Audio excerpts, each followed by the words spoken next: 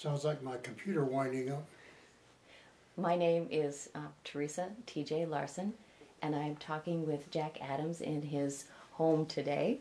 Thank you for letting me visit with you. Do I have your permission to record your voice in your picture? Yes, you do. You have to speak up, too, for me. So. Sure. You are an Ames boy. Please tell me when you were born. October 2nd, 1931 at Mary Greeley in the old section. Why were you born in Ames? What was your family's business? The people you want to avoid, the mortician. My granddad started that business at the turn of the century, and then two of his sons went into business with him. And Adams Funeral Home was downtown Ames, and it was a fraternity house that got converted into a funeral home.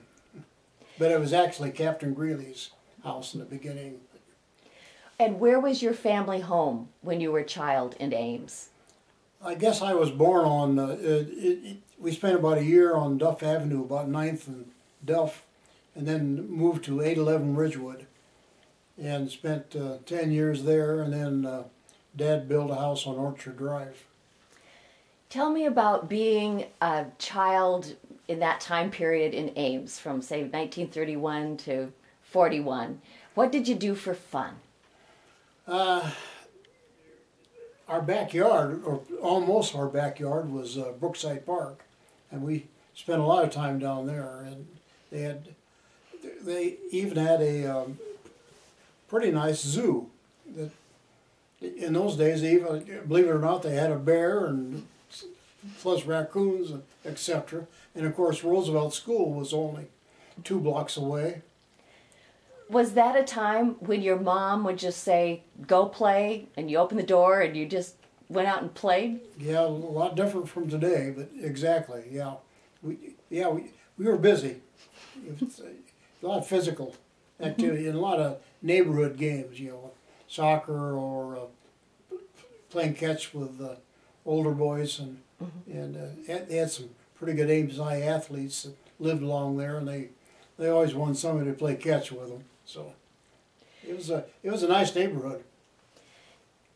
You probably went to Roosevelt School. Went to Roosevelt. Mm-hmm.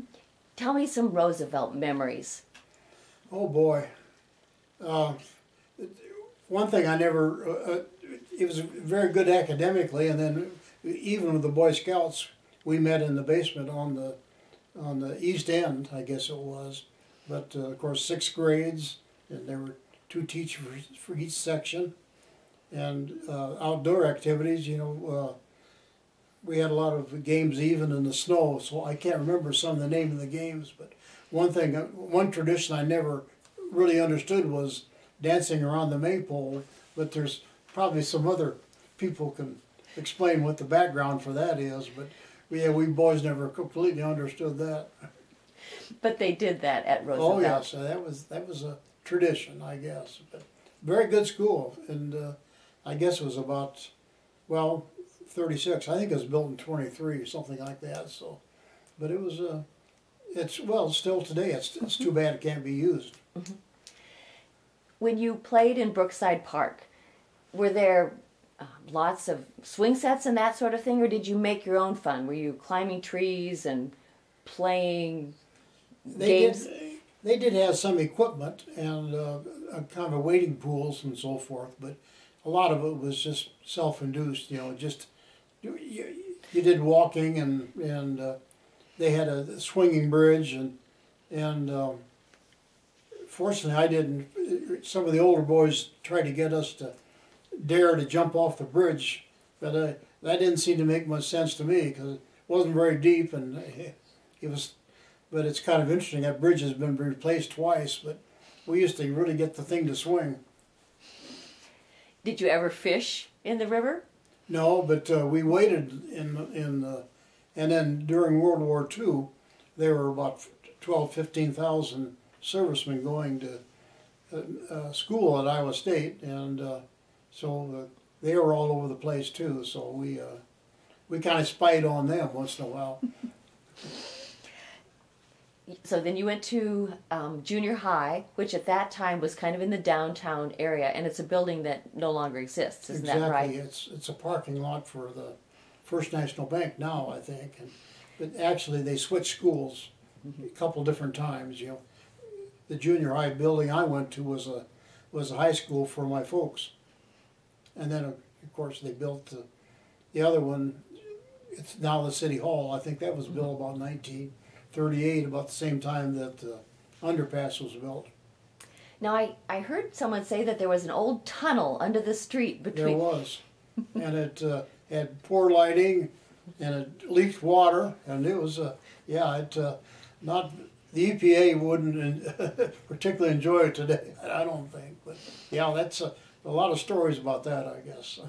Did you ever walk in that tunnel? Oh, sure. Yeah, most of us. You know, ironically, that old building it's amazing the size of the small gym. It was like a rural gym, but of course in those days too they had the old field house across Lincoln Way where the Lincoln Center is now, and that was converted to a roller rink, I think, near my end of my high school days, but. The high school that you went to, as you said, is now the City Hall. And tell me about going to high school at Ames High at that time. I'm sure the academics were pretty tough, but yeah, they were. I wasn't. I didn't want the background for engineering, or didn't have the scholarship or the aptitude for. But yeah, it was very good, and very good teachers, and. It was a good experience. We had high Y, and I think for boys, and girl reserves for the girls. And in those days, it seems like today the kids have to specialize, but we could. I was involved with band and chorus and choir, and had a lot of interest in music. Dick Trump, who just died recently, was a very big influence on me, and besides the academics, I got interested in photography. Was a Ames High spirit photographer, and enjoyed that. We could have a band in the morning at 7 o'clock or 7:30, and choir was during the regular school hours, and then athletics could begin at 3 o'clock, and you were busy, but which. The nice thing about high school in our days was you could be exposed to all of these things, whereas it seems like nowadays the kids have to almost specialize, well, particularly in athletics. But it was all in all a good experience and a good school, and a good preparation to give you an idea. I mean, even vocationally, you know, the instructors would talk to you a little bit and see what your aptitudes were and so forth. But and so what year did you graduate from Ames High? 1949. Okay. And then you went off to the University of Iowa. Well, yeah, before that I went down to a military school, or junior college in Missouri for 1 year, and got beat up playing football, and decided 1 year of that was enough. Then I went to the University of Iowa and finished up down there. So you were interested in communications and that sort of thing, and your major at University of Iowa? Was business. Business, yeah. Yes. Yeah. You had some time in the military, Air Force. Yes. And when was that? I got a commission at the University of Iowa in the Air Force, and it was I was supposed to go in late 1953, and they delayed it until January of 54. So I was 2 years, and did basic training in Texas, some specialized schooling for an aircraft controller in Texas, and then was supposed to go to Korea. The Korean War had just ended about 5 months before, and they delayed me. Best thing ever happened, and so I spent the whole 2 years or a year and a half in Japan instead of going to Korea. After all these wonderful experiences, in the world and being in Japan. How did you find your way back to Ames? Well, it turns out collegiate manufacturing, I always explain it as everything non-essential to go to college. But collegiate was an outgrowth of a tilde manufacturing that started around the turn of the century.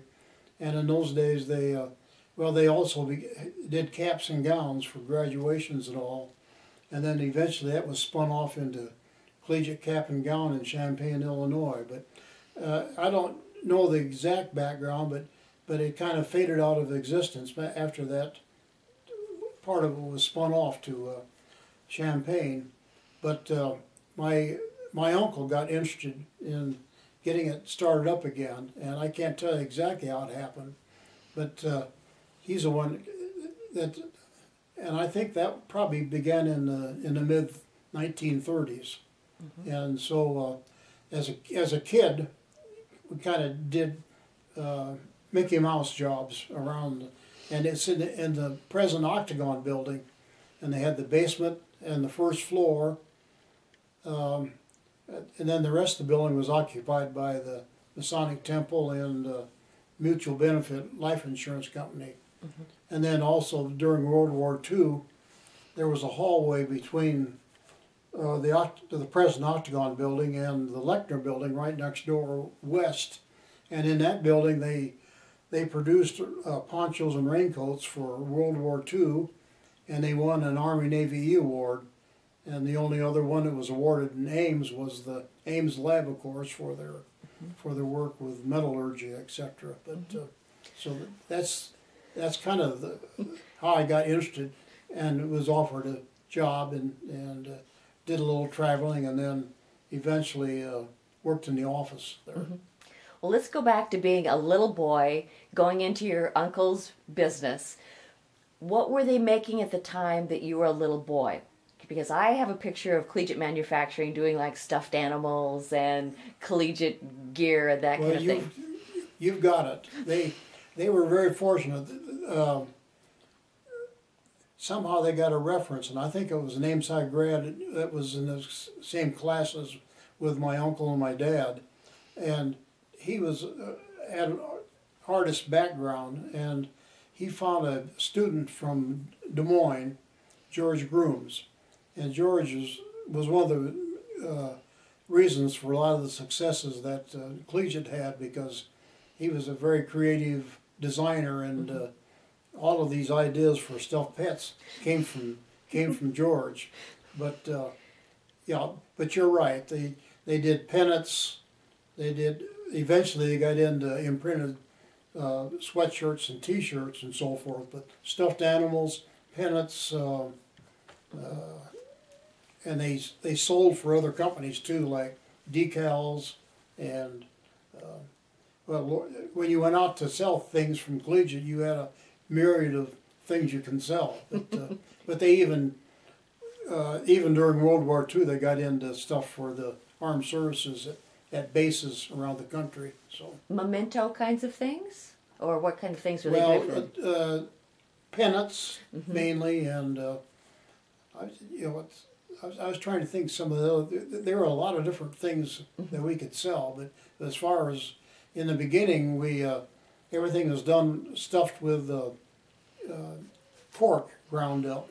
But eventually we got into, they bought used foam from Winnebago Industries, and then shredded it, and a lot of them then they became the soft cuddly type things. But George was so creative, and I think Don Foss died recently, and I think he has probably the best collection of stuffed animals around, and I think the Historical Society has those now. But so, what would you do as a little boy? Let's say your uncle called you in to do some work. Were you sweeping the floors, or what did you start? What was your very first job at Collegiate Manufacturing? Yeah, you got that right. It just seemed like when you got old enough too, you could even drive the truck around a little bit. But yeah, you're sweeping the floors. You're whatever they wanted done that they didn't want to do. You know, it seems like the boys. There were a couple of us that were doing those sort of business, but it. So when you came back to start working in the 1950s, how big was the workforce at that time?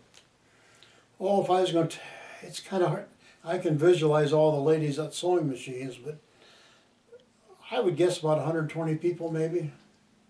120 people I would producing? Yeah. Wow. Well, there were an awful lot of ladies. There was that whole.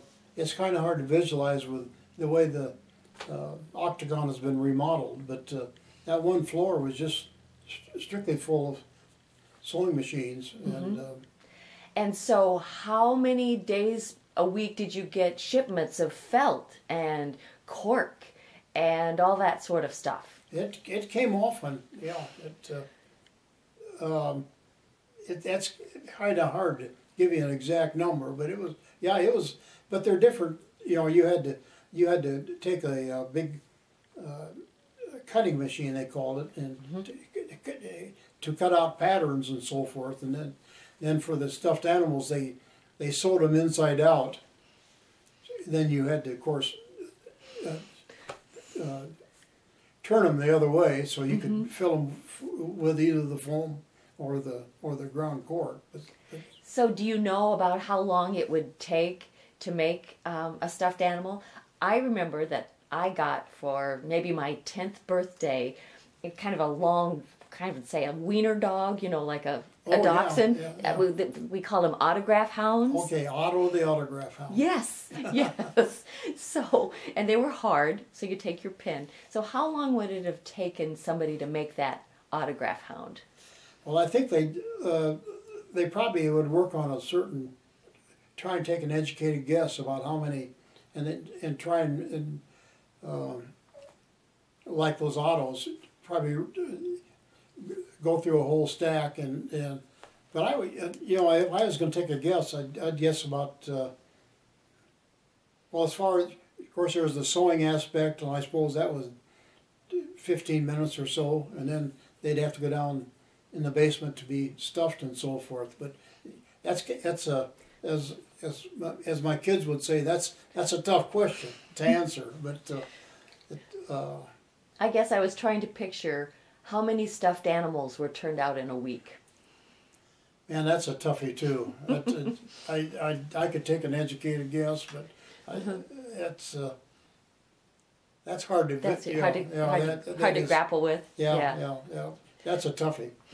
So in addition to the people who are actually doing the manufacturing of the items, who is in the management and who is in the organization part of Collegiate Manufacturing? Well, my Uncle Chev was the president for a while, but unfortunately he died when he was just 58, and a couple of years later. But yeah, there was a regular office force. So, you know, they had payroll, and there were about 10 salesmen around the country, in different parts of the country.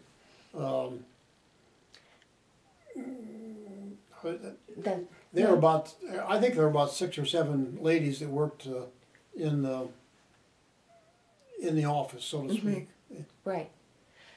This may be a tough question also, but who do you think was Collegiate Manufacturing's biggest competitor? Who are you out there competing against? Well, there were different areas. There weren't too many in the stuffed animal business at that time because that is such small production things. But once we got into the imprinted sweatshirts, that's when things really changed, because in those days they did photo stencil, etc.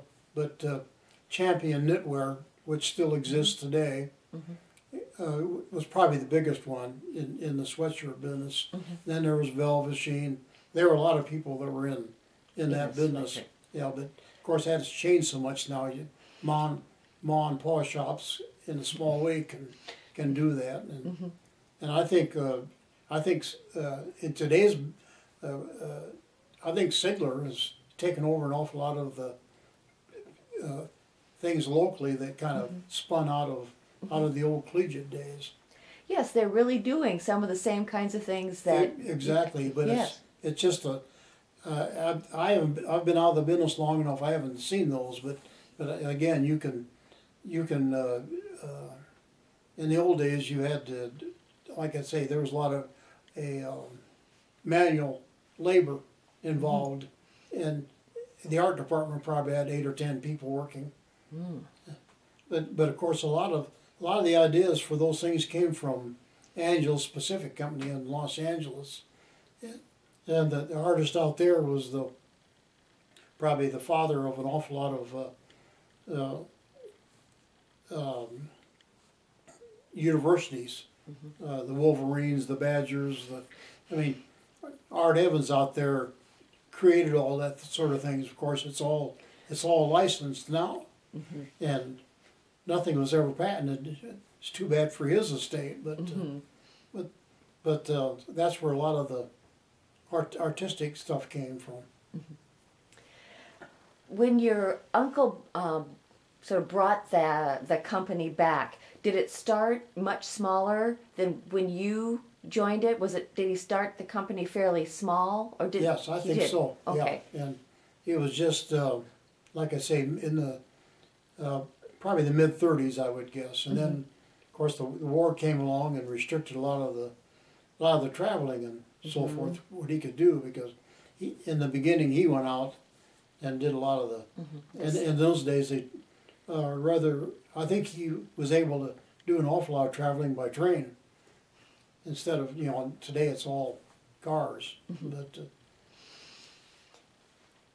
this was before selling things on the internet. So how did you make the sale? I mean, how did you go out and make the pitch, and how did that work?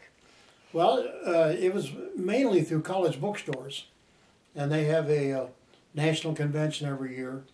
But usually you sent out, you got to, of course, know the people, and then if you got the rapport with them okay, you just pretty much send a postcard or make a phone call and give them a ballpark idea when you're going to be there.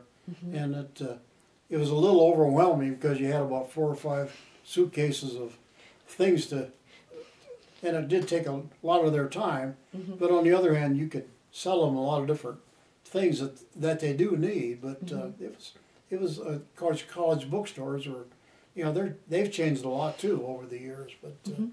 But it worked out pretty easily, and they built up good relationships.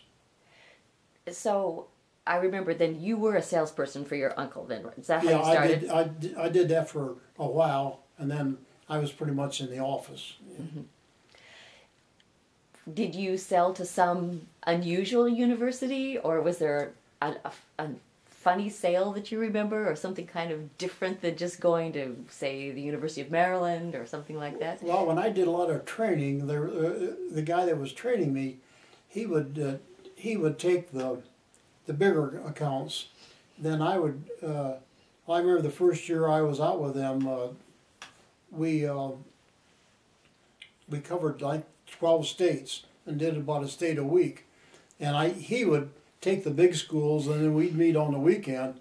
But then I would go out and call on all the small schools, and it was kind of interesting because you got to see and talk to a lot of different people all the way from Ohio to the Dakotas, and particularly for to go to black universities, for instance, and in the state of Ohio, Baldwin Wallace, and you got to go to a lot of places that normally you wouldn't go to. But it was a good broadening experience and a good way to see the United States at the same time. But I'm guessing that you used your wonderful smile and your gift for gab. That must have been an important asset in that job. You'd hope that's the case. But yeah, there is a certain amount of that, all right, to be able to get the support of somebody, and to the place where you're always worried in sales that they're going to turn you off too quick and you can't get your pitch in, so to speak. But I think Collegiate had a pretty good reputation, so and they had some unique products too. That they, like I say, George's Grooms was a real creative guy, and you had something unique to sell, so that always helps in sales. Tell me about 3 unique products that you remember. 3 unique designs or 3 something, if you can. Well, stuffed animal-wise, I think Poochie was a that was the name of the darn thing, but he was a lying down dog with a little droopy eyes. And my grown daughters have still got theirs, you know, and hang on to those. So that was a real unique product. Another real unique product. It was kind of a one of a kind, but was Cy, the Iowa State mascot. And ironically, that was built around me, and I was the model. And it was, in the beginning one was chicken wire or whatever they call it, and I remember being under the TV lights at WI or something, very hot, but Cy got a lot of attention, and that really was unique. The original Cy was about 7 foot tall, I think, but now they've used to use a small one. But they, like I say, they had a lot of even nowadays people still talk about some of the ponchos and raincoats of World War II. You know, that's a pretty important business, yes, and pretty unique, you know, for around here. So that means during World War II, someone must have figured out that the government needed those, and then they got a contract to do it, or... Right, exactly. And then they had the big award ceremony in the Ames City Hall now, etc. But that was... Do you still have one of those ponchos? Yep. Do you? Yeah. We were lucky we saved some and gave some to the Historical Society, but I was digging through some stuff, and I've got a couple downstairs now still, so good. I'm not sure I want to wear them. But well, I'd like to see what they look like, so I'll have to check that out. Collegiate manufacturing existed for many decades. What happened in the business world that changed things so that it phased out? I think they just got very busy. You know, they at one time they became affiliated with the Pacific Athletic Company out in Los Angeles, and then we had the factory in Ames, and then there was one in Roanoke, Virginia. But I think it just became a very competitive business, like a lot of businesses, and that was probably as much of a contributing factor. But I left the company in 1972, and I can't really speak to any real specifics why, but I think it's probably competition as much as anything else. I want to talk just a little bit about your family's deep roots in Ames. You have your family, you and your dad, and of course your uncle, and you have cousins that have all had positions of responsibility in the town. Your dad was mayor in the mid-1940s, is that right? Yeah, he was a second ward councilman before, and then ran for mayor and served one term. Yeah. Do you remember as a child, or you'd probably been a teenager then, what it was like to have a dad who was mayor? Yeah, that was different, all right.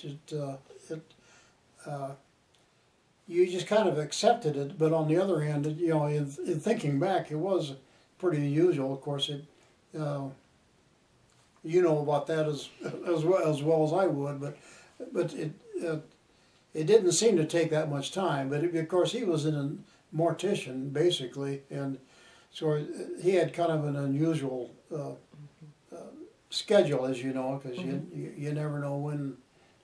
Well, you're needed. Your services are needed. Yeah, when you're needed, I mean, this is before pagers and cell phones and so forth. So lots of times if he was out, I mean, while they always had somebody on hand, sometimes they had to go get him on the golf course or at the bowling alley, and he had to go to work. But, was that ever tough for you as a kid growing up, having your dad be the mortician? well, you get kidded a lot. You know, you get called Digby Odell, and it was different. You know, I don't know how to explain the difference, but yeah, it's unusual. Yeah. Yeah. That's a very, very important job. Oh yes. It's a very important job. Is there anything else you'd like to tell me about living in Ames that I haven't asked you about, that you'd like to, some stories that you'd like to tell me?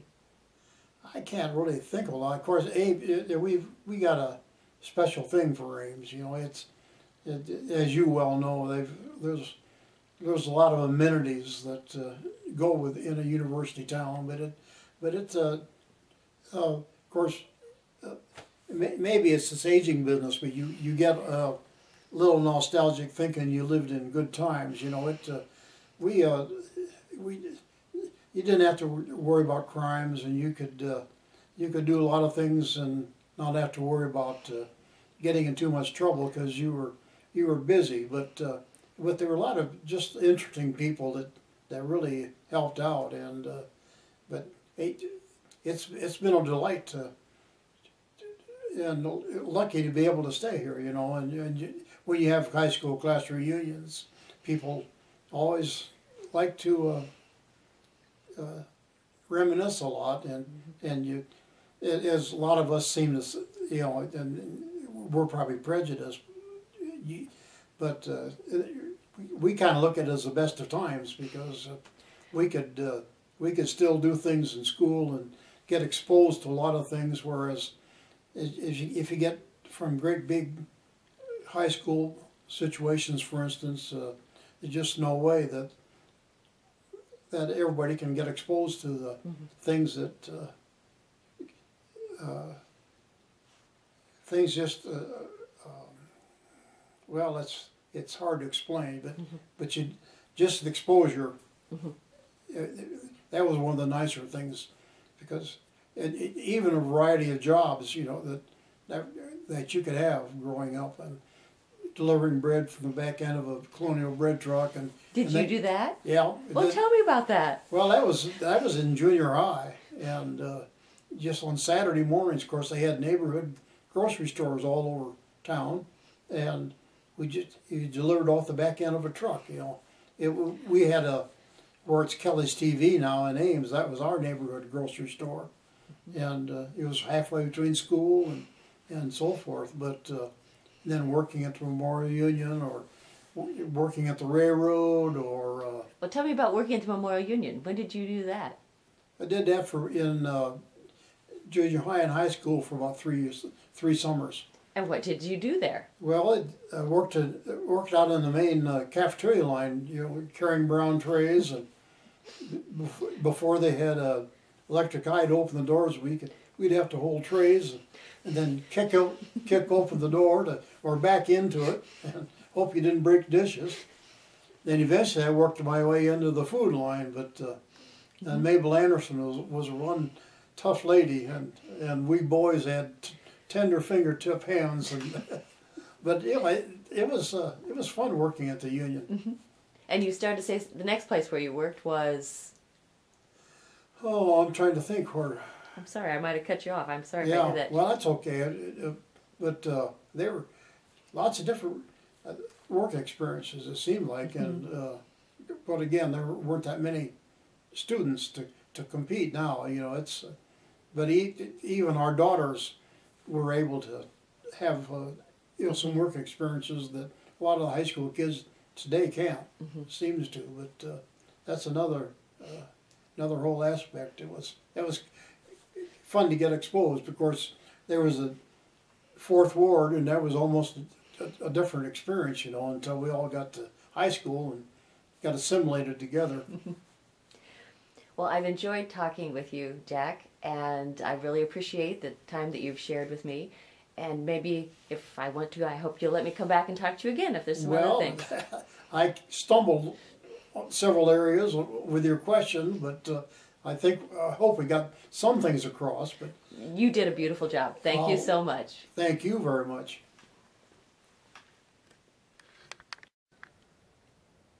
Collegiate manufacturing had a lot of fiber inside the building that might be a little bit flammable. Wasn't there a big fire at Collegiate Manufacturing? Yeah, unfortunately, you're very correct. It was in June of 1968, if I got my dates right. And I think it was on a Sunday, because I was flying home from. I'm a private pilot. I was flying home from Atlantic, and they were trying to contact me to tell me about it, and the communications was such I couldn't understand. But when we got over Ames, I quickly recognized what was going on. I about flipped, and I had Norm Rudy with me, and we made about a 6-bounce landing. But what had happened was there was a lightning strike at noon, and it hit the warehouse section where we had sweatshirts, and that's what started the whole thing. But there's a very interesting tape. I understand Dale Cowell told me once that broadcasters take boo-boos and mistakes and go to conventions, and I won't repeat this for the camera, but it's on tape that they had a live reporter, and he got very excited and used a lot of explicatives live, explaining what he was seeing, which was unfortunately a tragedy for we collegiate people at the time. But that was kind of a disruptive summer, so to speak. Can you talk about how expensive it was in terms of how expensive a blaze was it? I think it was about $750,000. And how did you bounce back? It took quite a while. You plug away. You know, later in my career, I got involved in 3 different floods on South Duff with Ames Millwork, where I worked next. So, you know, when you have bad things like that happen, as the people that I was taking tell you after all their floods experience, you just kind of take the hand that's dealt, and you just do what you have to do, and you move ahead. Thank you.